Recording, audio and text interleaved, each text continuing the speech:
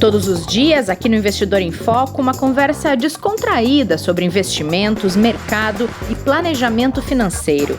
Aqui você fica por dentro das principais discussões e movimentações que podem impactar seus investimentos. E nosso encontro é sempre na hora do almoço.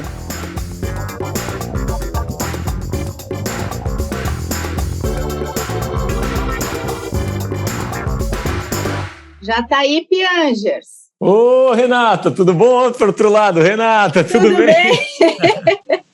Boa noite! Boa noite. Gente, estamos no ar, sejam bem-vindas, sejam bem-vindos a esse episódio especial do Investidor em Foco, nosso podcast de investimentos aqui do Itaú, que hoje está aqui sendo transmitido ao vivo no YouTube e no Instagram do Itaú Personalité. Uma novidade que a gente trouxe para vocês, afinal, o podcast é sempre gravado, né? Então a gente não consegue interagir. E como é véspera de Dia dos Pais, a gente trouxe esse convidado super bacana para conversar. Vamos trazer também vocês para conversarem com a gente. Combinado? Vamos lá? Gente, o papai mais pop da internet está aqui do meu lado, ó. Ele escreveu um livro dizendo o papai é pop. Ele dedica grande parte da sua vida profissional a falar sobre paternidade, ali, ó, e aqui. Tudo que está relacionado a ela. E a gente vai falar também de educação financeira para os filhos. Então, Marcos Piangers, agora, oficialmente, seja bem-vindo a essa transmissão. É uma alegria ter você aqui com a gente. Obrigado, Renata. Eu que fico feliz de estar aqui, podendo falar com você nessa proximidade de Dia dos Pais, né? Esse momento tão especial que eu acho que é de celebração. Tanta gente demonstra carinho pelo pai. Eu ouço tantas pessoas dizendo: meu pai é meu herói, meu pai é minha inspiração, meu pai é tudo para mim, meu pai é meu exemplo de homem. Isso me inspira também a ser um pai melhor. Me esforço para ser o melhor pai que eu puder ser para as minhas duas filhas, a Anitta e a Aurora. Mas acho que também é uma data legal para a gente conversar sobre como os pais, e especialmente os homens, podem ser melhor, né? Acho que o homem ele tem que se entender como cuidador, um bom pai. Antes de ser um bom pai, ele tem que ser um bom marido, um bom ex-marido para o relacionamento que já acabou, tem que ser um bom homem, né? Só assim a gente vai se construindo um pouquinho melhor e construindo um país um pouquinho melhor. E é claro, quando a gente está falando de dinheiro, de grana, isso que para muitas famílias é um tabu, né, Renata? E você sabe melhor do que eu. Muitas famílias não conseguem nem falar entre o casal sobre dinheiro, imagina falar com os filhos sobre isso, né? Então, acho que o papo vai ser muito bom. Ai, tô ansiosa e cheia de boas expectativas. Antes de mais nada, como a gente está aqui num podcast de investimentos, eu preciso saber, Piangers, se você é investidor e qual o seu perfil para eu entender aqui do meu universo com quem que eu estou falando. Eu sou um super investidor. Opa! Super investidor. Por exemplo, eu invisto no amor da minha mãe todos os dias, porque eu ligo para a véia todos os dias. E eu invisto no amor da minha esposa todos os dias, porque eu elogio a minha esposa. Todo dia eu estou elogiando. Que rango bom. Ai, como você está linda. Isso é investir. Eu invisto nas minhas filhas, na educação dela, claro, mas no carinho que a gente sente pelos outros. Então, eu me considero um super investidor. Eu estou o tempo todo investindo, né, nas pessoas que eu amo, no amor. Agora, eu acho que você me perguntou de dinheiro, de grana. Mas né? Eu gostei desse investidor aí também, viu? É porque eu acho que a gente pode levar a ideia dos investimentos para tudo na vida, né? Quando a gente pensa que a vida é longa, muita gente diz, a vida é curta, aproveite a vida. Eu acho que a vida é longa. Sabe, o meu avô viveu até 95. Então, além de investir meu dinheiro, pensando a longo prazo, eu invisto no amor, no afeto, nas pessoas que eu tenho ao meu redor. Para mim é o grande investimento. Investir o meu tempo, que é escasso, cada vez mais curto, no sentido de que cada vez ao longo da vida a gente tem menos tempo. Sim. Investir o meu tempo, que é o bem mais precioso, com as pessoas que eu amo, com os meus afetos. E, é claro, o meu dinheiro para trazer alguma segurança. Eu sempre digo, dinheiro não é felicidade, né? Não traz felicidade, mas pode trazer tranquilidade. A pessoa que tem um dinheirinho ali no banco sabe que, daqui a 5 anos, 10 anos, quando a mãe tiver problema, como a minha está passando por um tratamento hospitalar, né? Minha mãe está passando por um tratamento, e aí quem apareceu ali? Filhão, Marcos, me ajuda aqui financeiramente. Lá fui eu para contribuir com a minha mamãe nesse momento de dificuldade de saúde dela. E eu tenho maior alegria de poder pagar um tratamento para minha mãe. A maior felicidade da minha vida é poder retribuir um pouquinho para minha mãe, que foi uma mãe solteira, uma mãe solo, uma mãe independente, como você preferir chamar, que cuidou de mim sozinha e fez tudo por mim, e eu, em algum momento, suguei ali a atenção, a saúde, as preocupações dela, o dinheiro dela, e agora eu sinto que é minha obrigação devolver um pouquinho, né, Renata? A gente só consegue devolver um pouquinho. Bom, já que você entrou neste assunto, eu queria pedir para você contar resumidamente a sua história, para caso alguém que entrou aqui na nossa transmissão não conheça muito bem, você já trouxe essa parte de que você foi criado somente pela sua mãe, você não conheceu seu pai, e hoje você trabalha justamente tentando ajudar pais a serem pais melhores e homens melhores, né? Conta um pouquinho para a gente como isso entrou na tua vida, como é que isso faz parte da tua história. Isso foi absolutamente por acaso, né? Eu comecei a escrever sobre paternidade em 2005, quando a Anitta nasceu, né? Então, o que acontecia? Eu já era jornalista, trabalhava em rádio, televisão, jornal, né? Já escrevia. E nessa solidão da paternidade, solidão. Por que solidão? Porque meus amigos não celebravam a sua possibilidade de paternidade, porque eu não tinha nenhum amigo com filho, os amigos que tinham filhos não eram participativos, continuavam participando de happy hour, né, sair para beber cerveja, deixa que a mãe troca a fralda, a mãe cuida. E eu queria muito participar do crescimento, da chegada das minhas filhas, por justamente não ter tido pai.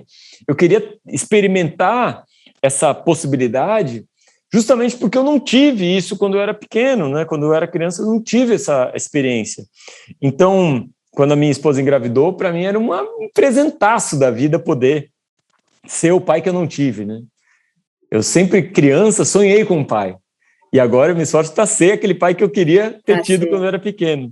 Sim. E aí, nesse processo muito solitário, assim, porque a gente não tem uma sociedade que incentiva o homem a participar, a gente tem licença paternidade de 5 dias, que é ridícula, né?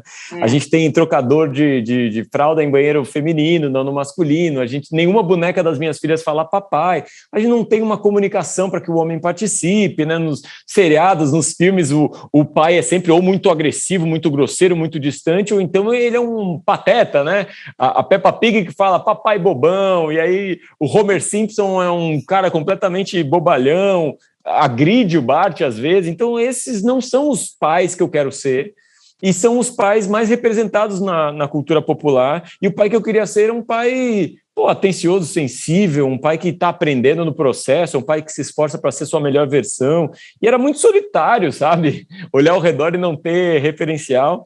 Eu comecei a escrever sobre o assunto e guardei por 10 anos esses textos. 10 anos depois, uma amiga leu um ou outro e falou, cara, vamos publicar isso no jornal. Eu comecei a publicar uma vez por mês, foi super legal a resposta. Comecei a publicar na internet, e aí, aos poucos, a gente foi construindo uma comunidade. Quando lançou o livro, Papai é Pop foi lançado em 2015, né? Minha filha já tinha 10 anos. Quando ele lançou, eu pensei, vai vender 200 cópias. Era a aposta que eu fiz com a editora, né? E vendeu 500.000 já. A gente chegou em 500 mil cópias esse ano. É um livro que foi traduzido para catalão, espanhol, português de Portugal, inglês, e nos levou para o mundo todo aí para estar falando do assunto.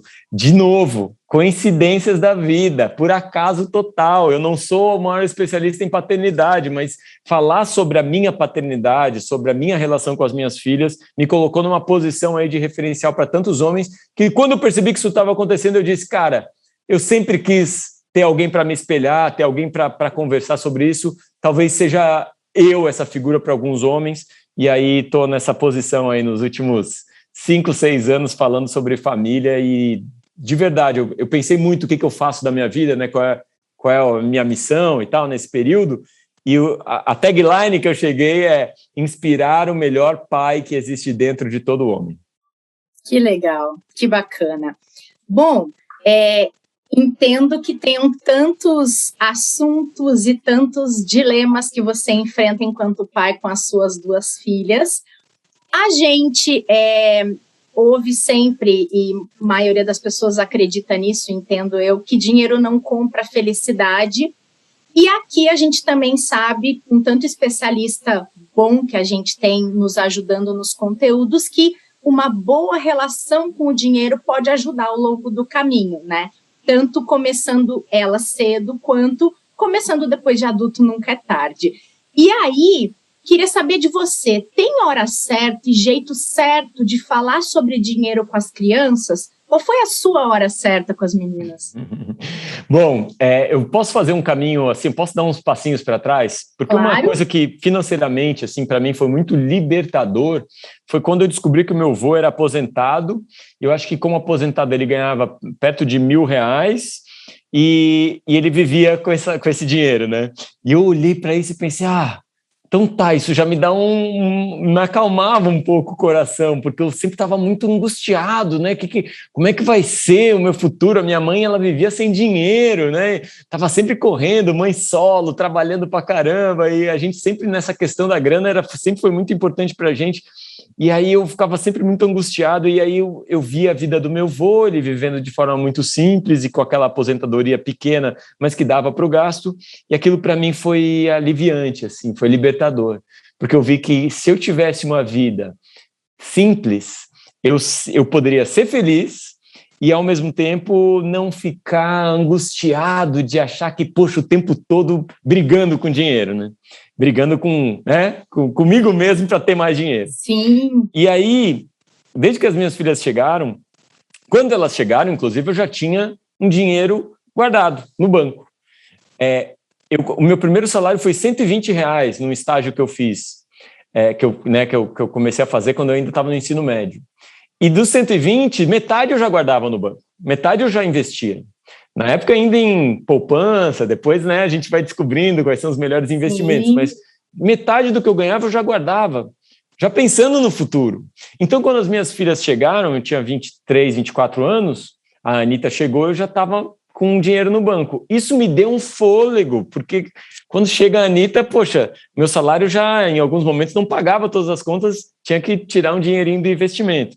Depois consegui evoluir profissionalmente, aí as coisas, né, foram se estabilizando. Mas essa é uma das coisas mais legais, eu acho que a minha mãe, meu avô, o que eles me ensinaram é que essa vida um pouquinho mais simples, um pouquinho abaixo do que você ganha, te dá uma tranquilidade tão grande lá na frente, nesses momentos em que você tem a chegada de um filho, a necessidade de saúde de alguém da sua família. Então, é uma coisa tão gostosa, de novo, não é felicidade o dinheiro, mas é tranquilidade para os momentos em que você precisa de dinheiro.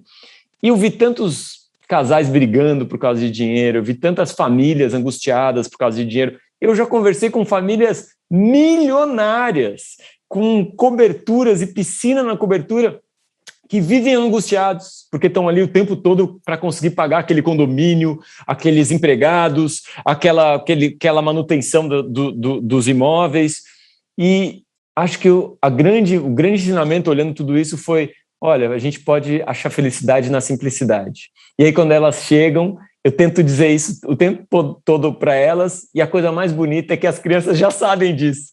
As meninas, elas só reforçaram essa ideia, porque eu fui mostrar uma vez um presente para a Aurora, e disse, você pode pedir o que você quiser, e ela se deslumbrou com cartelas de borboleta brilhantes, de adesivos, de borboletas, que custava 50 centavos. Ela falou: pai, eu quero isso de Natal. Eu falei: beleza, comprei 2 cartelas, né, que custaram R$1 o presente dela. Aí a Anitta, levei ela para gastar um dinheiro que ela ganhou da avó, uma vez no shopping, foi numa loja, foi na outra loja, foi na terceira loja, ela disse: pai, eu vou guardar. Eu falei: por que você vai guardar? Pai, os brinquedos, eles são muito legais na loja, mas quando chegam em casa eles perdem a graça, eu vou guardar, eu vou poupar. E aí elas mesmas foram me ajudando a reforçar essa ideia de que a gente pode sim ser feliz sem relacionar essa felicidade com o gasto, né? Com a realização ali de um consumo. E vocês falam sobre isso, porque assim, a gente até aqui no Itaú, a área de sustentabilidade, fez uma pesquisa, acho que faz mais ou menos um ano, mostrando que mais de 80% das famílias brasileiras tratam dinheiro como um tabu. Não é uma conversa que existe dentro de casa, não é um assunto aberto para todo mundo, não tem transparência, um não sabe o quanto o outro ganha, o quanto o outro gasta, e isso é confuso para a maioria das famílias. Você trouxe esse exemplo do seu avô, o exemplo da sua mãe, e dentro da sua família hoje, você, a sua esposa, as suas filhas, o assunto é uma conversa? Vocês têm algum... Eu estava lendo hoje até no seu Instagram, que você falou dos cofrinhos poupador, o que gasta, e por aí vai para dividir o dinheiro. Sabe que essa técnica a gente fala dela aqui, inclusive, viu? É mesmo? Tô correto, então, Renata? Super correto. O professor Martim, que é um dos grandes especialistas que a gente tem aqui, ele sempre fala da técnica dos envelopes. Vai distribuindo dinheiro para saber para onde ele está indo. A sua técnica dos cofrinhos, acho que o pessoal merece saber. Que legal. A questão financeira ela apareceu por conta da fada do dente, né? As meninas, quando caía um dentinho, colocavam embaixo do travesseiro e, por tradição, a fada do dente aparecia e vinha trazer um dinheirinho. Se tem alguma criança assistindo, isso acontece, isso é um fato, isso é a realidade. Uma fada vem e troca o seu dente de leite por dinheiro. Às vezes é uma moeda, às vezes é uma nota. Quanto mais elas iam crescendo, mais eu ia percebendo que elas sentiam assim uma frustração quando era só moeda. Então aquela moeda foi se transformando em uma nota de R$2, depois uma nota de 5, depois de 10. Até que chega um momento, se elas já têm a idade para entender o valor de uma nota de 10, então elas já têm idade para discutir para onde que vai o dinheiro, né? O que a gente faz com o dinheiro e qual é uma forma saudável de lidar com o dinheiro. Aí nessa época a gente já tinha cofrinho, a gente tinha vários cofrinhos aqui em casa, não sei porque eu sempre gostei de cofrinho, então era decoração, e aí elas tinham os cofrinhos também, e a gente pegou três cofrinhos transparentes, e disse assim, esse vai ser o cofrinho de guardar, então toda a moedinha, todo o dinheirinho que vocês quiserem colocar aqui para gastar, vamos deixar nesse cofrinho aqui. Esse segundo cofrinho vai ser um cofrinho de poupar, e aí na época, na minha cabeça, só para facilitar a vida, 1% ao mês. Eu disse para elas, se tiver R$10, vai virar 10, quanto que vai virar? Vai virar R$10, tá a dificuldade aqui da minha cabeça. Vai virar 11. 11? 10? Não, mas daí é 10%. 10%. Ah, não, 1%? 10? É 1% só. Se tivesse R$100, viraria 110, né? Isso, mais fácil. Mais fácil, né? Eu fiz certo agora. Meu Deus do céu, olha só o cara de humanas mesmo aqui, né? R$101. Isso, eu ficava calculando, era um trabalho, porque normalmente era tipo R$13, eu tinha que calcular quanto era 1% ao mês. Mas eu nunca fazia, no primeiro mês eu fiz, e aí depois demorou, 6 meses para eu fazer 6%, então eu pagava retroativamente o cofrinho dos investimentos, ou então quando elas abriam e diziam, pai, não tem reajuste aqui o cofrinho dos investimentos, eu dizia, tá bom, então eu vou fazer aqui o reajuste de vocês, daí tinha que calcular. Mas tinha um terceiro cofrinho, que eu acho que também é importante de ensinar para as crianças, que era o lance da doação. Todo o dinheiro do Papai é Pop, o dinheiro das vendas do Papai é Pop, direito autoral que viria para mim, a gente destina a instituições de caridade, Instituto do Câncer Infantil de Porto Alegre, GRAAC, que é um hospital de câncer de crianças em São Paulo, a ACD, que faz um trabalho incrível para crianças com problema de locomoção. Então a gente tenta fazer essas parcerias, né? A gente recebe o dinheiro do direito autoral e destina para vários Omunga, né? Que leva bibliotecas e livros para as crianças no sertão nordestino e na África. Então a gente se esforça para estar, através desse dinheiro, ajudando também outras crianças que não tiveram a mesma sorte das minhas filhas. E aí eu pensei, poxa, é uma boa chance delas aprenderem a alegria, a satisfação, a generosidade, a recompensa que é você fazer uma doação. E o terceiro cofrinho era esse, da doação, né? E aí, com o passar do tempo, essas discussões elas vão evoluindo, e a minha filha mais velha, que via que o cofre dos investimentos era muito bom, estava pagando muito bem os juros ali, ela começou a só colocar no cofrinho dos investimentos. E a mais novinha, que adora doce, ela separava o dinheirinho da bala, do sorvete, do pirulito, mas ela era muito ligada ao potinho da doação, porque ela, quando via alguém no semáforo, ou quando via alguém na rua, quando ela via o pessoal de rua mesmo dormindo no meio da calçada, o coraçãozinho dela ficava apertado. Sabe quando vem uma pessoa no semáforo, pede uma moeda, e você diz, não tenho, a minha filha gritava, nós temos sim, pai, nós temos. Sabe, porque ela sabia que tinha no cofre da doação. A gente vai voltar aqui, tio, a gente volta. E aí chegava em casa, ela selecionava ali aquela doação para fazer quando a gente saísse novamente. Então também é falar de dinheiro, não do ponto de vista de investimento nem de gasto, né, de realizar um sonho, poxa, do ponto de vista do dinheiro como uma ferramenta de generosidade que nos ajuda a dividir as nossas bênçãos, né? Dividir a nossa sorte, a sorte que a gente tem de não estar faltando nada nesse momento da nossa vida. E aí está sobrando um pouquinho, a gente diz, cara, então vamos ajudar. E isso me dá bastante orgulho, Renata. Eu fico muito satisfeito de ver a Aurorinha e a Anitta generosas com os próximos né, econômicas com as finanças e investidoras também, porque a Anitta hoje, ela ainda não tem mesada. A gente já conversou sobre isso e eu acho que está até na hora dela ter a mesada dela, né? Ela mesma eu até te perguntar se você é a favor ou não da mesada, se você acha que mesada educa financeiramente uma criança. O que eu acho é o seguinte, eu não gosto da ideia da mesada como uma recompensa financeira para aquilo que ela faz dentro de casa. Eu acho que a minha filha ela tem que ajudar dentro de casa porque ela vive aqui. Então ela tem que lavar a louça, limpar o chão, ela tem que arrumar a cama, arrumar o quarto dela, porque ela vive no quarto, na casa, ela come também. E é assim que a gente vive numa família que é um time, né? Todo mundo se esforçando para fazer aquilo que consegue fazer com aquela idade. Então eu não quero pagar a minha filha para lavar a louça. Eu acho que ela tem que lavar porque ela sabe que ela é uma das funções da casa, assim como eu lavo, minha esposa lava. Até a pequenininha, a Aurora, ela desde pequeno seca a louça, guarda a louça, arruma a mesa, né? Não vou pagar elas por causa disso. Mas agora, aos 16 anos, a Anitta tem percebido a vontade de ter o dinheiro que é dela, que ela vai poder ir na padaria ali, como foi agora, e comprar um docinho, sabe? Que é dela, que ela... E aí eu acho que está no momento mesmo. 15, 16 anos... Tá um momento bem bom, porque ela já respeita o dinheiro, ela já entende de onde vem o dinheiro e o suor que a gente tem que gastar para obter esse dinheiro, e aí ela já tem um uso consciente desse dinheiro, e inclusive é investidora, né? A Anitta, o conselho que eu dei para ela é fundos de ação mesmo, porque eu acho que a Bolsa de Valores ela é ótima para pensar em longuíssimo prazo. E eu disse, Anitta, você tem 16 anos, coloca em fundos de ação mesmo, porque a longo prazo as empresas vão crescendo e vão tendo mais lucro, essas ações vão crescendo, e os gestores de fundos de ação, em geral, são profissionais, são bons nisso. Então, quando a gente escolhe um bom fundo de ação, pode deixar aí 20, 30 anos, eu fico imaginando a Anitta já com uma tranquilidade financeira daqui a um tempo, se ela tiver essa prática de economizar e essa cultura de ter uma vida simples e feliz com aquilo que a gente tem e de, ao mesmo tempo, conseguir separar um dinheirinho para investir.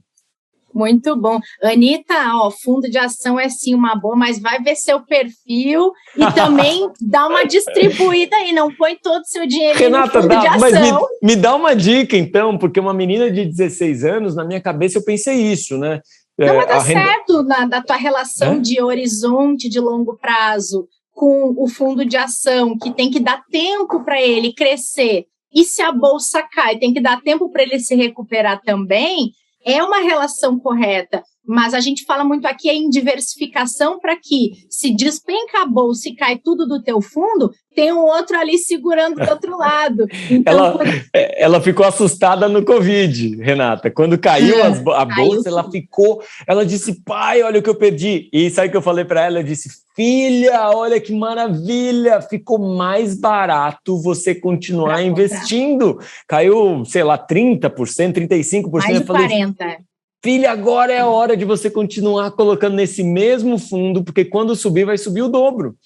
E ela não, pai, quando subir eu vou tirar todo o meu dinheiro, mas aí ela viu que voltou, né, e ela continuava todo mês a colocar um pouquinho. E ela esperou recuperar? E esperou recuperar. E no que recuperou, hoje em dia ela falou, pai, voltou muito mais do que ela tinha lá no março de 2020, e aí ela viu, opa, entendi, se eu continuar a investir todo mês, não importa se cai é promoção, ela falou, e daí é verdade, aí tá de pouquinho em pouquinho tá aprendendo a investir, né? Que legal, que legal. Aproveitar que a gente está falando da Anitta, que é a mais velha, eu ia te perguntar uma coisa. Você estava falando do momento de talvez começar a falar de mesada, dela ter o dinheiro dela para comprar as coisas dela. Você sente nela a diferença da relação do consumo por causa do consumo digital, de que a gente está com só o aplicativo ou só um cartão, o nosso cartão já está cadastrado, a gente só aperta um botão, não vê o dinheiro sair da conta, muito menos da carteira, nem do cofrinho. Você percebe que a geração dela, a partir da experiência com ela, tem alguma diferença nessa relação ou demora a entender de onde sai tudo aquilo? As meninas, elas têm 7 anos de diferença, então eu percebi muito forte essas diferenças tecnológicas de uma geração para outra. A Anitta assistia DVD, a gente comprava DVD da Peppa Pig, da Xuxa só para baixinhos. A Anitta pequena assistia DVD. A Aurora nem sabe o que é DVD. 7 anos depois, a Aurora não sabe, ela só vê Netflix, né? Tudo é streaming e tudo mais. Ao mesmo tempo, a Anitta, ela foi educada num mundo mais ou menos analógico. Ela viu dinheiro na mão dela, ela foi em loja, ela viu como acontecem as transações, ela acompanhou a nossa evolução profissional para entender, né, como que a gente ganha dinheiro e qual é o processo de economizar um pouco e gastar um pouco, quanto custam as coisas no mercado e por aí vai. A Aurora, aos 9 anos, a gente vivia uma vida muito low-tech, né, sem tecnologia, mas por conta da pandemia, ela entrou de cabeça agora, aula online, aí os amigos para se encontram no Minecraft, ou estão fazendo reuniões por Zoom para dar risada e contar piada, ou seja, ela está bem digital nos últimos 15 meses. E o que aconteceu? A Aurora fez uma coisa que a Anitta nunca tinha feito, que é me pedir compras, consumo digital. Falei, o que você quer ganhar? E a Aurora disse, eu quero ganhar uns Robux, que é a moeda digital dentro de um jogo chamado Roblox. Eu falei, como assim, Aurora? Por que você quer moeda digital? Ela falou, pai, porque eu acho muito mais legal hoje, num ambiente de pandemia, encontrando as minhas amigas de forma digital, ter dinheiro para gastar lá, não na vida real. E eu, caraca, para mim isso foi uma surpresa, assim. E daí, de novo, é uma conversa sobre educação financeira para crianças no ambiente virtual. Eu expliquei para ela, filha, isso também é dinheiro. Esses 1.000 Robux aí, ou 200 Robux que você ganhou, vieram de R$20 do papai. Então não sai gastando. E no primeiro mês ela fez isso, gastou um monte de roupa virtual e logo em seguida o jogo, por alguma razão, tirou essas roupas da vitrine e ela não tinha mais a roupa e a calça e a camiseta que ela tinha comprado, desapareceu do jogo. E eu falei, filha, mas não pode isso. Pai, desapareceu do jogo, eu perdi aquilo que eu comprei. Aí também é uma educação financeira. Dentro do videogame ela está entendendo, opa, tem coisas que a gente gasta, um dinheiro suado, e dentro do videogame a gente às vezes perde aquilo desaparece, e na vida real isso acontece também, porque a gente pode perder nosso celular, a gente pode perder nosso computador, um livro que a gente batalhou para comprar, esquecer em algum lugar. Então também é uma educação financeira esse ambiente virtual, mas para mim é bastante surpreendente isso. Eu não imaginava que as crianças de hoje em dia teriam nos ambientes virtuais esse fascínio de consumo, né? Assim como a gente tem no ambiente analógico. Mas uma coisa que a gente sempre se preocupa e sempre se preocupou é com publicidade. Então eu me lembro da Anitta, ainda pequenininha, vendo uma propaganda de carro, e o nosso carro sempre foi tranquilo, popular, e a Anitta viu um carrão na publicidade e um dia ela falou, pai, gostei desse carro, sabe? E esses dias a gente foi na casa de um amigo e a Aurora também viu o celular dele e tal, e falou, pai, essa galera aí tem grana e tal. E são coisas simples, né? Mas elas vão vendo assim que, poxa, tem outras coisas assim que são mais sofisticadas do que o papai e a mamãe têm, do que o papai e a mamãe gastam dinheiro, né? E eu também acho isso gostoso, eu também acho legal elas perceberem que existe a possibilidade, né, de gastar o dinheiro de forma mais sofisticada. Será que isso traz felicidade? Será que isso, né, traz satisfação? Esses cálculos todos eu acho que são muito importantes e, como você falou no início, nada pode ser tabu numa família. Nada pode ser tabu numa família. Vai chegar a idade de falar sobre drogas com seu filho, vai chegar a idade de falar sobre sexo com seu filho. Nada pode ser tabu na família, inclusive consumo, inclusive dinheiro. Às vezes o papai e a mamãe estão brigando e não sabem, os filhos não sabem por quê, e é por causa de grana, é por causa de dinheiro. O dinheiro é algo tão... E não é incomum. É tão importante o dinheiro na vida do casal que é algo que tem que ser muito conversado, muito discutido e muito transparente, eu acho. É claro que eu não falo para as minhas filhas, ou para a minha filha mais nova, de 9 anos, quanto eu ganhei nesse mês, quanto eu gastei, quanto tem em tal investimento, porque a de 9 anos ela não precisa saber isso. A de 16 eu acho que ela já pode ter uma noção. Agora, para minha esposa tem que saber tudo que eu ganho. Quando você fala assim, às vezes o casal não sabe, quanto o marido ganha, quanto a esposa ganha, isso é um problemaço, porque o pacto do casamento é um pacto de confiança. E se você esconde algumas coisas, isso pode gerar desconfiança, ainda mais quando é dinheiro. Então é muito importante que o dinheiro seja um assunto transparente, pelo menos entre o casal. As crianças vão crescendo, daí dá para escolher a idade, esperar um tempo de discutir cada um dos assuntos. Mas entre o casal é tão importante que a gente fala, comprei 30 sapatos, porque eu amo sapato, eu gosto de sapato. Eu comprei um computador novo, porque eu amo um computador novo, eu preciso de um computador novo. Aí a gente vai rediscutir nosso orçamento. Mas é importante que... O combinado não sai caro, né, Pierre? Isso, que seja combinado, exatamente, Renata. E eu queria aproveitar que você trouxe esse ponto das suas filhas vendo produtos, objetos de desejo, muitas vezes, como o carro, o celular, para algumas pessoas é objeto de desejo, né, de desejo de consumo, vendo aquilo, comparando com o que vocês têm, fazendo já a crítica delas com a experiência de vida que elas têm.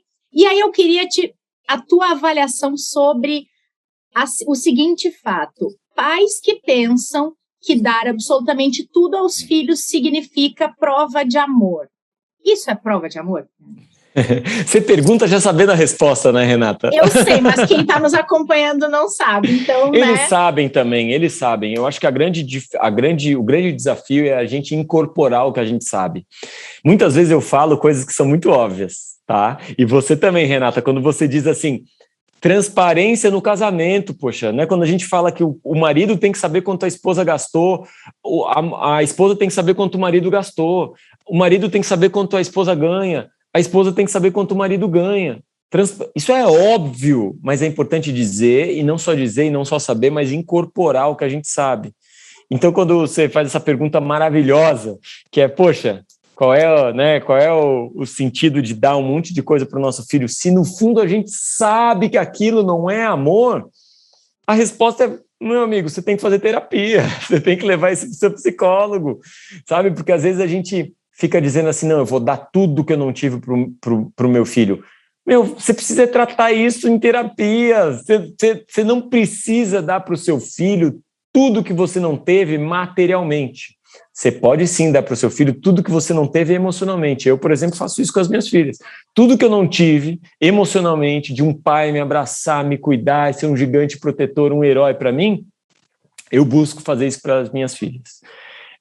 Existe um custo aí, um custo de tempo, de organização, um custo de paciência, existe um custo de dinheiro, claro, nesse meu esforço para ser um bom pai. Agora, o seu filho não precisa de uma festa de R$2.000, de R$5.000 de aniversário. O seu filho não vai ser mais feliz, ou ele não vai te amar mais se ele tiver o videogame de última geração. Pelo contrário, muitas vezes. Pelo contrário. Eu vou contar uma história. Sempre que eu viajo para dar palestras, eu ganho coisas, né? O contratante ou pessoas da plateia às vezes me dão presentes. E às vezes é um bichinho para eu dar para as minhas filhas, às vezes é uma roupa para eu dar para as minhas filhas. Certa vez eu voltei de uma conferência e o presente era uma caixinha linda com shampoos que tinham fotos que aquela marca tinha escolhido do Instagram. Então tinha foto das minhas filhas nos shampoos e condicionadores, e eu cheguei com 2 caixinhas. Isso foi super legal, super carinhoso da parte deles. E eu dei uma caixinha para uma caixinha para outra. Elas abriram e começaram a ver o sabonete, o shampoo da outra, e começaram a dizer, não, eu quero esse. As duas começaram a brigar entre elas. E eu falei, gente, Vocês não sabem o privilégio que é eu chegar de viagem com com um presente para vocês. O privilégio que a gente tem de uma pessoa gostar tanto de vocês, gostar da minha família, de dizer, eu quero dar um presente para sua filha. E vocês vão brigar. E as duas me olhando assim, sério, né? E eu falei, Anitta, o que você acha? Como que você acha que eu estou me sentindo? E o que você acha que eu deveria agora fazer com esses shampoos? Daí as duas ficaram quietas, assim. E a Anitta disse, pai, eu acho que é melhor você doar os shampoos para uma outra criança. A gente não valorizou o que você deu pra gente. Eu falei, poxa, que resposta! Foi até mais madura assim, do que eu esperava. Nossa. Mais madura do que eu esperava. Eu falei, não, então tá. Então fiquem, só vamos aprender com isso. Eu vou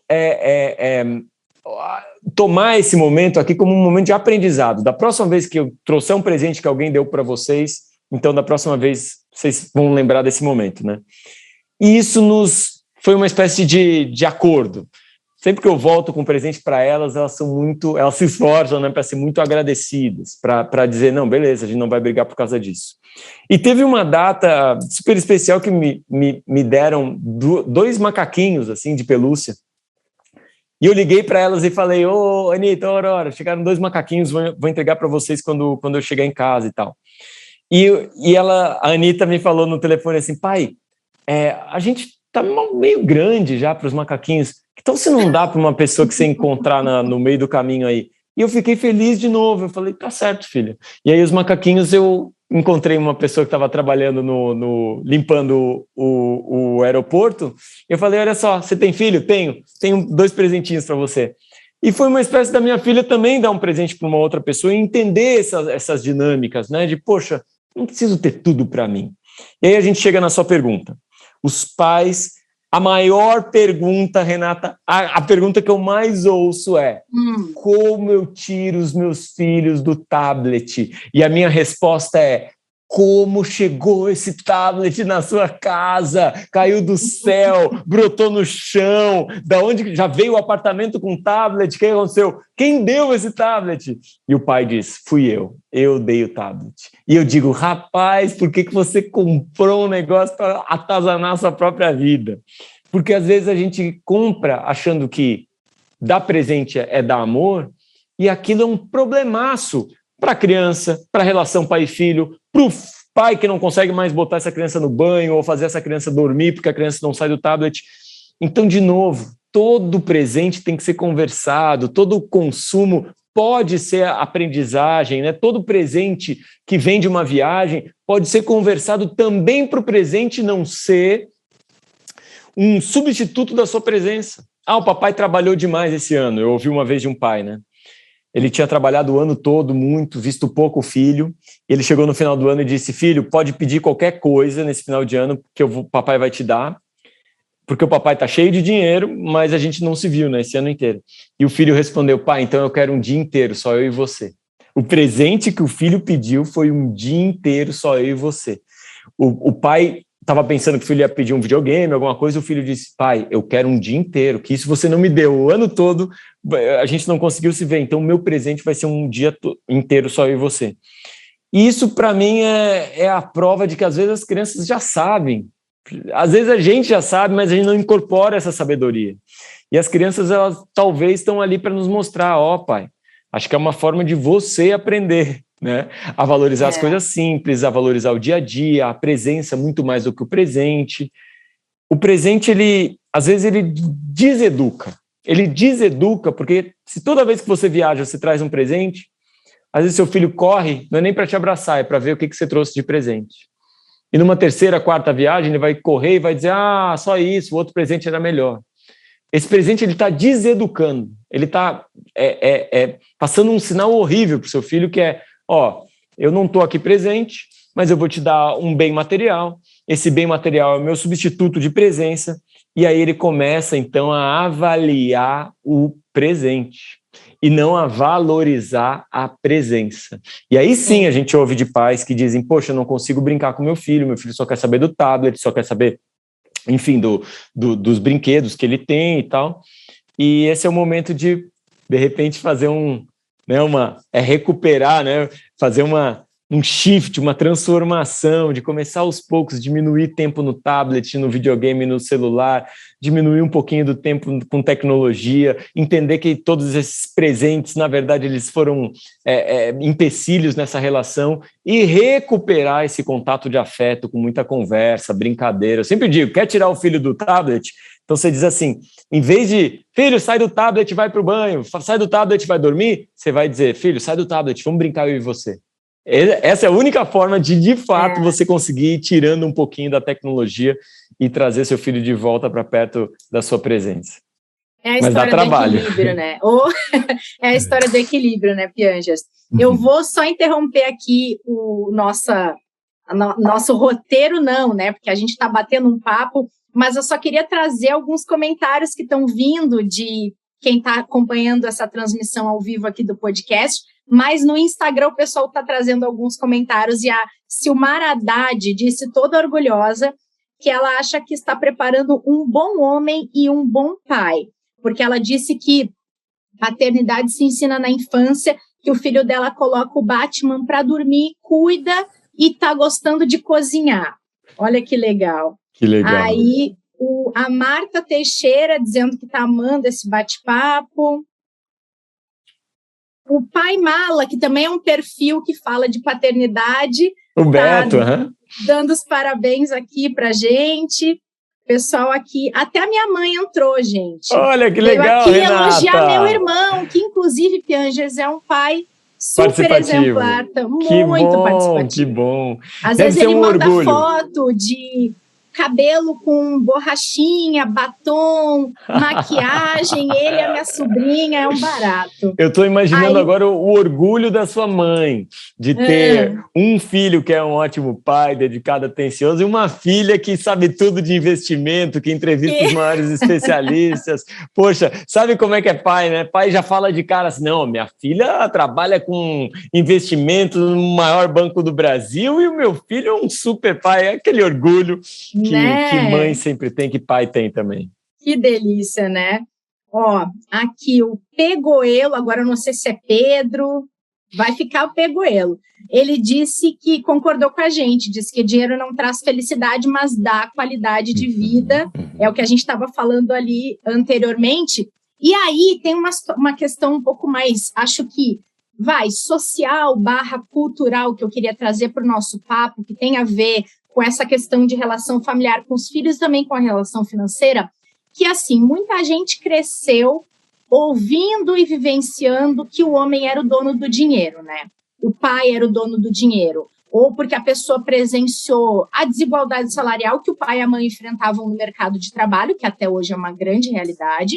Ou então porque aconteceu de a mãe ficar em casa cuidando dos filhos, enquanto o pai trabalhava para fazer a parte da manutenção da família, que também, ainda em alguns casos é realidade, é uma coisa que já está mudando mais rapidamente, entendo. Mas na sua avaliação, os homens ainda são donos do dinheiro, ou isso já é mais igualitário, ou pelo menos no caminho de se tentar chegar ali num equilíbrio, assim como você falava da questão das tarefas de casa, do cuidado, da divisão, da participação dos dois na vida da família. Essa questão do dinheiro, você acha que está mudando? Eu acho que, ao olhar para outros países e as transformações que aconteceram em outros países, né, é o mesmo planeta. É aqui nessa bolinha que está flutuando no espaço, é o mesmo planeta, mas em 1972... as mulheres cansadas desse papo furado de mulher ganhar menos que homem, de mulher ter que cuidar de todos os trabalhos dentro de casa e criar os filhos, as mulheres em 72 na Islândia fizeram uma greve. E elas disseram, não vamos trabalhar por um dia inteiro. E aí sabe o que aconteceu? Acabou a salsicha nos supermercados da Islândia, porque os homens não sabiam cozinhar, tiveram que correr para o supermercado para preparar alguma comida para eles mesmos ou para os filhos, e não sabiam cozinhar e compraram um monte de salsicha. Acabou a salsicha no supermercado da Islândia por causa dessa inaptidão, essa incompetência masculina. Em 1974, a Suécia decidiu que não existiria mais licença maternidade, iria ser licença parental, dividida entre pais e mães, 480 dias, para que os casais se combinassem, se organizassem para receber bem essas crianças. Foi assim que grandes países lidaram aí com as questões da desigualdade de gênero, e isso fez muito bem para esses países. Essas mulheres, elas se realizam profissionalmente, ganham dinheiro, esses homens se realizam do ponto de vista de família, de estar criando seus filhos, também se realizam profissionalmente, isso faz bem para a família, para a estrutura social, isso faz bem para a própria economia. Então, quando a gente fala assim, o homem é dono do dinheiro, a gente já vive num país que 49% dos lares são sustentados por mulheres, 49% dos lares brasileiros é a mulher que paga as contas. Então, se a gente ficar se protegendo por trás dessa cultura boba de que não, o homem é o dono do dinheiro, talvez a gente tenha não só assim, problemas relacionados à relação dentro da família, né, a falta de transparência, de confiança, mas talvez até em um problema de investimento, de lidar com esse dinheiro. A gente sabe que mulheres são mais criteriosas nos seus gastos, a gente sabe que mulheres são mais conscientes nos seus investimentos. Existe um livro que eu adoro, que é Warren Buffett, Warren Buffett investe como uma mulher e você deveria fazer o mesmo. O nome do livro é Warren Buffett investe como uma mulher e você deveria fazer o mesmo. Por quê? Porque mulheres não investem naquilo que elas não conhecem, cara. Aquilo que elas estão desconfiadas, que elas não entendem, a mulher não vai botar o dinheiro ali. As mulheres, elas gostam de confiança. E eu sempre digo isso. Se talvez você esteja com alguma crise no seu casamento e tal, é uma crise de confiança, de falta de transparência. Dá a senha do seu celular, mostra onde você está, olha, mostra seus amigos. Essa transparência faz bem para o afeto se consolidar dentro do casamento. Então, o homem é dono do dinheiro. Acho que isso já é mais ou menos de uns 70 anos atrás, quando nos anos 50 se criou essa imagética da família feliz em que o homem trabalha e a mulher cuida dos filhos. Tem 70 anos essa ideia. Lá nos anos 50, o sonho da família americana era esse, então as imagens eram todas baseadas nisso. Nos últimos 70 anos, a mulher não só entrou no mercado de trabalho, como está sustentando as casas, como está se realizando profissionalmente, e quem me dera se realizasse muito mais. Eu tenho um amigo que mora no Canadá, e dia desses ele estava na pracinha, e ao redor dele ele olhou e eram só homens, só pais cuidando dos seus filhos naquela pracinha. Sensacional! E ele olhou e disse, caraca, isso nunca aconteceria no Brasil, né? No Brasil, podia até ter um ou outro pai, mas a maioria seriam mães. Ele disse, rapaz, olha, eu estou há tanto tempo no Canadá que eu nem notei, que é um monte de homem cuidando dos seus filhos. Mas esses homens são menos másculos? Não, meu irmão. Mas esses homens são menos realizados? Não, meu irmão. É isso que eu estou querendo te dizer. Um homem pode ser feliz cuidando do seu filho, também equilibrando a sua vida profissional, ganhando dinheiro, mas que bom poder dividir com a esposa as decisões de investimento, poder dividir com a esposa as decisões de orçamento. É tão bom dividir. A vida é tão melhor quando a gente divide com os outros, seja com um filho, com um pai, com uma mãe ou com um cônjuge. Então é tão importante essa mensagem, a gente aprender que o homem não pode ser o dono do dinheiro. Agora, só deixa eu fazer um adendo, Renata. Muitos homens veem no dinheiro uma forma de poder. E o que acontece? Esse homem ele já se sente destituído da sua realização profissional porque tem muita mulher no mercado de trabalho. Se sente destituído da sua masculinidade porque a mulher muitas vezes se impõe dentro de casa e diz não, a gente não vai fazer isso, é assim que funciona aqui em casa. Ele se sente então destituído de uma autoridade que talvez ele via no seu pai, no seu avô, e ele quer voltar para aquela autoridade. Gente, essa é uma masculinidade tóxica que só atrapalha o seu bem viver.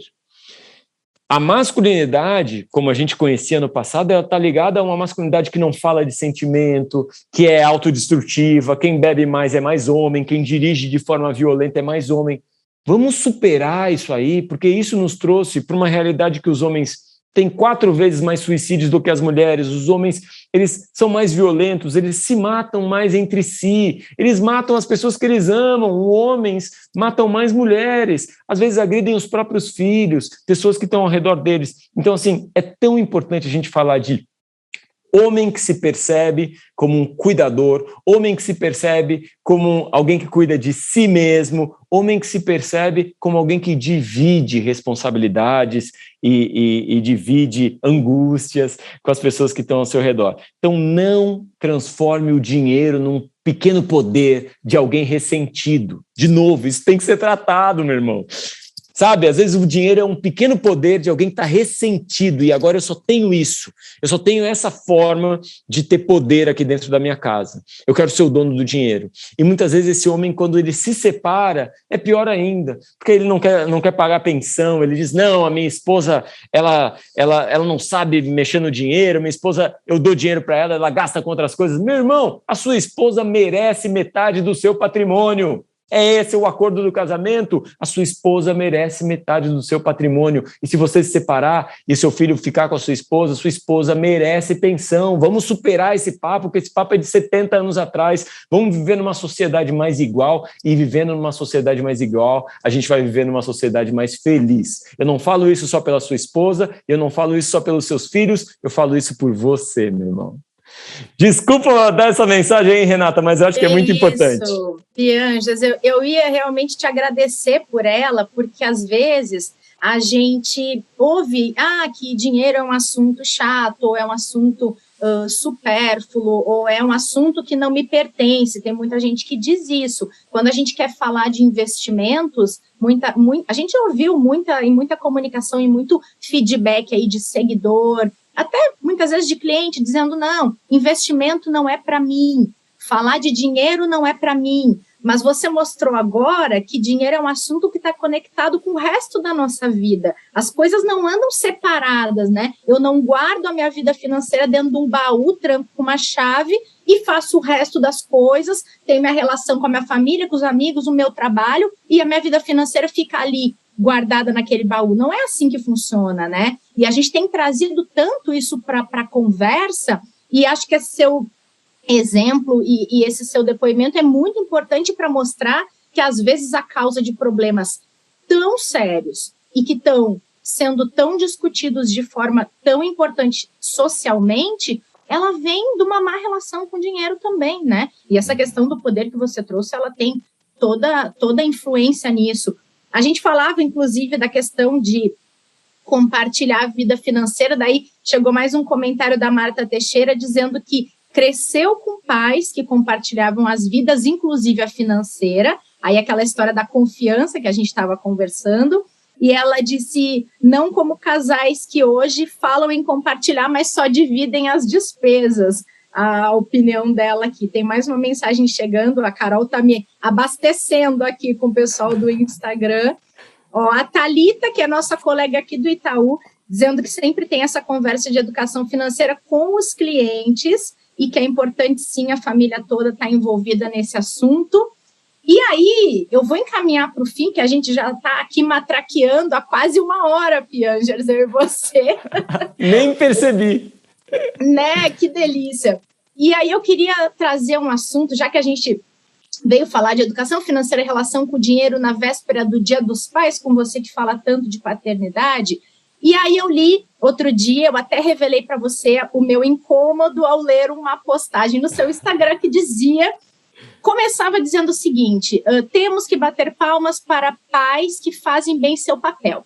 E a minha primeira impressão foi, como assim bater palma? O pai não tem a obrigação de fazer bem seu papel? Mas eu li o post por completo, depois do meu primeiro estranhamento, para entender o seu ponto de vista de a gente valorizar bons exemplos no momento em que a gente vive numa sociedade com tantos maus exemplos. E aí eu queria encaminhar o fim do nosso papo com esse ponto, da gente conseguir trazer os bons exemplos à tona, não somente na questão de ser uma exceção, mas que eles virem também uma coisa mais corriqueira, né, Piangers?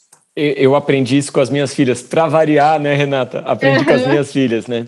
Eu aprendi que se um pai pega um lixo, um papel e joga no chão, o filho imediatamente aprende com aquele ato do pai.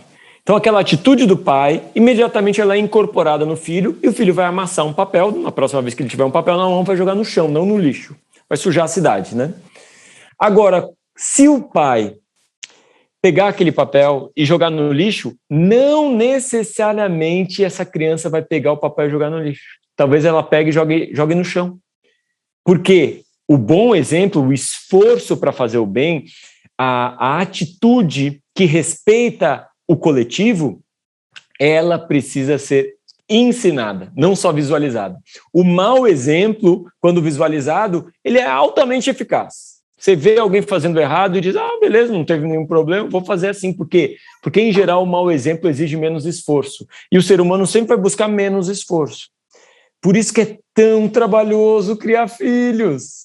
Porque tudo que a gente faz de errado, eles absorvem. E tudo que a gente faz de certo, às vezes eles não absorvem, porque precisa ser explicado o bom exemplo. O bom exemplo precisa dizer, filho, olha só, estou pegando esse papel e estou botando no lixo, porque se todo mundo jogar no chão, vai ficar um lixo na cidade horrível, vamos pagar mais imposto para ter que contratar mais gente para limpar, vai ser... Então, olha que fácil. Em vez de jogar no chão, segura um pouquinho, ando 2 quadras e jogo no lixo. Precisa ser explicado, precisa ser evidenciado o bom exemplo, o ensinamento positivo. Enquanto o mau exemplo, não. E aí a gente olha ao redor e vê que tem político que rouba, chefe que não valoriza funcionário, gente que trai a mulher, amigo que esconde um monte de coisa aí dos familiares, né? A gente começa a olhar que tem um monte de desonestidade no mundo e a gente absorve, e a gente pensa, não, então assim que é, meus amigos todos fazem essas malandragens, vou fazer, políticos, né? Um outro cara aí fez malandragem aí que eu vi no jornal, então vou fazer também, todo mundo faz, é assim que é, isso é ser adulto. E, poxa vida, de novo, a gente vai precisar, então, de uma didática, de uma pedagogia, a gente vai precisar explicar por que é importante ser honesto. E aí, nesse processo, além dessa pedagogia, tem a colocar isso em holofote, né? Então, o Gari, que achou uma carteira com dólares, milhões, né, milhares de dólares e devolveu para o dono. Eu sou a favor de mostrar esse Gari na televisão, eu sou a favor de mostrar no Instagram, no YouTube, bons pais participativos, eu sou a favor de celebrar momentos de honestidade, de gentileza, de generosidade, eu sou a favor de quando uma pessoa doa para uma organização não governamental, doa para uma instituição que ajuda crianças, que ajuda pessoas, mostrar para os amigos, para os outros, para a família, nas redes sociais, olha, eu estou ajudando com tantos reais essa instituição, porque também quando a gente ajuda sem mostrar, a gente está permitindo que essa cultura da não doação se perpetue no Brasil, se perpetue na nossa sociedade. Então, de novo, numa sociedade doente, a gente precisa estar reforçando os bons exemplos. Isso vale quando você é honesto, isso vale quando você ajuda uma ONG, isso vale quando você é um bom marido e é um bom pai. Eu quero, sim, palmas, não para mim, mas eu quero palmas para os pais que todos os dias acordam cedo para levar seus filhos, para trocar fralda, para se esforçar para ser o melhor pai possível e o melhor marido possível. Por que eu quero palmas para eles? Porque o ser humano, ele funciona com base em incentivo. E da mesma forma que eu acho que as mães já estão sobrecarregadas com tripla jornada, eu acho que um cara que participa, ele muda a vida dessa mãe, ele muda a vida desse filho e ele muda a vida dele mesmo. E uma forma da gente fazer isso é recuperando uma cultura de participação masculina dentro de casa, uma cultura de honestidade na divulgação aí em redes sociais e em mídias tradicionais. E por isso eu acho que a gente tem, sim, que celebrar os pais participativos, bater palma. Mas não faz mais que obrigação. Verdade, meu irmão. Quem me dera morar no Canadá, quem me dera morar na Suécia e na Islândia, onde de fato os homens participam, saem em licença, trocam fralda, dividem todas as questões da casa. Quem me dera, mas ainda não estamos lá. E o jeito da gente transformar as coisas também, além das conversas, além das políticas públicas, além das políticas governamentais e de empresas, também é mostrando bons exemplos em todas as mídias sociais e mídias tradicionais. Então essa é a minha opinião. Eu acho que a gente tem que sim celebrar os bons exemplos de honestidade, de participação dentro de casa, de masculinidade sadia e, claro, de mães também que fazem coisas incríveis. A minha mãe, estou sempre homenageando ela, tudo que eu faço é em homenagem à minha mãe, os livros são dedicados a ela, meus vídeos Sempre aparece ali uma dedicatória para a dona Heloísa, e acho sim que toda mãe tem que ser valorizada e que também todo pai que participa tem que ser valorizado numa cultura, numa sociedade que não fala e não valoriza tanto a família como deveria.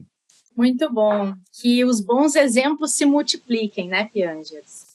Isso mesmo, Renata. Eu acho que você está abrindo aqui também uma chance da gente falar desses assuntos num podcast super ouvido, numa transmissão agora em vídeo, que, poxa, as pessoas estão assistindo e vão poder ouvir sobre investimentos, mas olha que chance bonita que a gente teve aqui, né? De falar não só de investimento e de dinheiro, de finanças, mas de coisas que são muito importantes no nosso relacionamento e nos nossos afetos.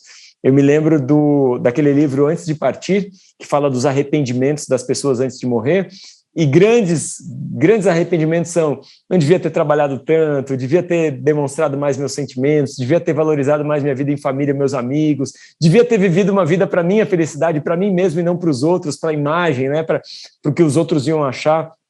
E Warren Buffett diz isso também. A gente aprende a investir com os próprios erros, mas aprende a investir bem mesmo com os erros dos outros. A gente aprende mais com o erro dos outros. E como eu disse, a vida é um investimento de tempo, é um investimento de recurso.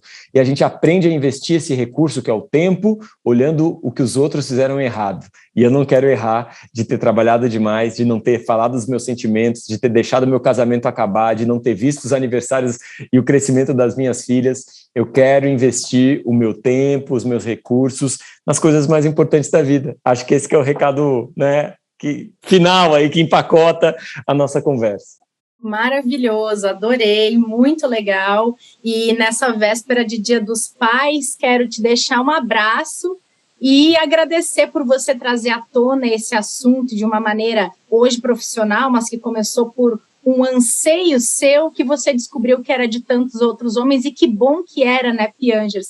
A gente tem que falar, assim, da paternidade, da masculinidade positiva, não só da tóxica, e dessa questão familiar. Aqui tem um monte de gente aqui reforçando. O Rogério disse que a vida financeira de uma família tinha que ser discutida com o mesmo interesse que ela planeja as férias. É um bom exemplo, que ela planeja a viagem, ele diz.